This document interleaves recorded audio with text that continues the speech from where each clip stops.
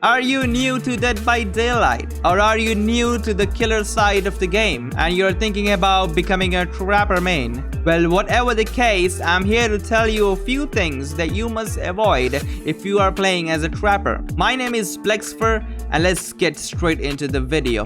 Alright, so the number one on the list is don't be predictable.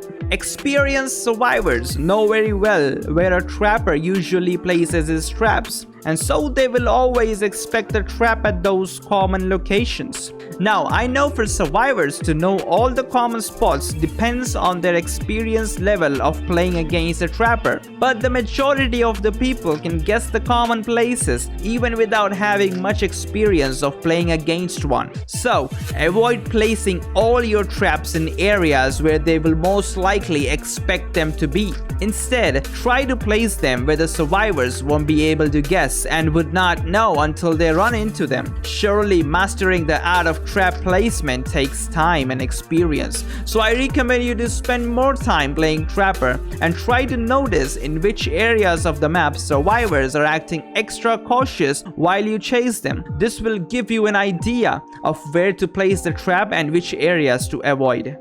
Moving on to number 2.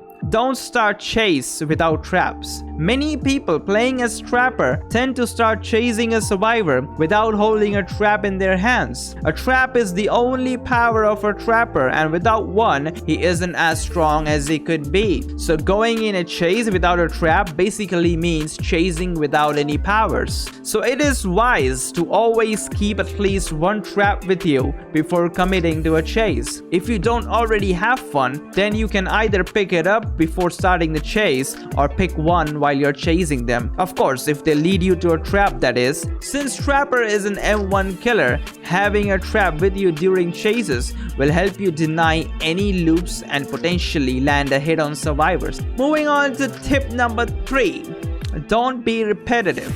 Don't always place your traps in the same location. Whenever a trap is triggered or disarmed by a survivor, they will keep that spot in mind and always look at the exact same spot when they revisit that place. That is why you as a trapper must never place your traps in the same location. For example, if you place a trap on the left side of the long wall, then for the second time it's better to just place it on the right side, and survivors will be expecting it to be on the left side. And when they don't find it there, they become overconfident and run through the other side without paying much attention. This just increases your chances of catching survivors in your traps. Number 4. Don't forget about your own traps. If your trap placement is on point, then in many situations your traps will be spread across the map. Although you can see them with the help of their aura, sometimes people get so immersed in the game and its events that they tend to forget where they place their own traps. Even worse, sometimes they run into their own traps. All this can be completely avoided if you can keep track of all your traps, which is the basic skill to learn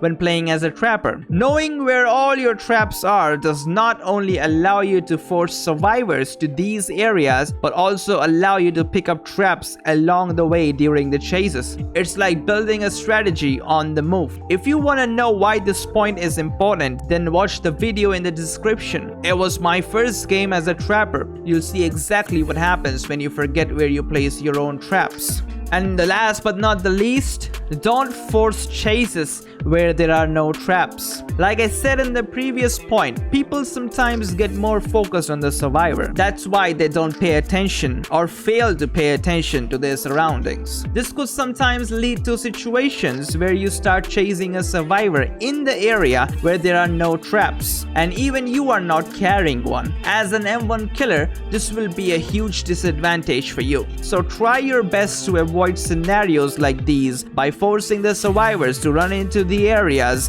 where you already have your traps placed and active. Since active traps can basically shut down an entire loop, forcing survivors to areas with your traps is surely going to give you the upper hand. And that's it for today. I hope you did learn a few things from this video. If you found this video helpful, then share it with your Trapper main friends, and also please leave a like to the video. It'll only help me grow. And if you guys know a few more things that I did not include in the video, then feel free to type it down in the comments below. And in case you're wondering how I dealt with my annoying little friend here,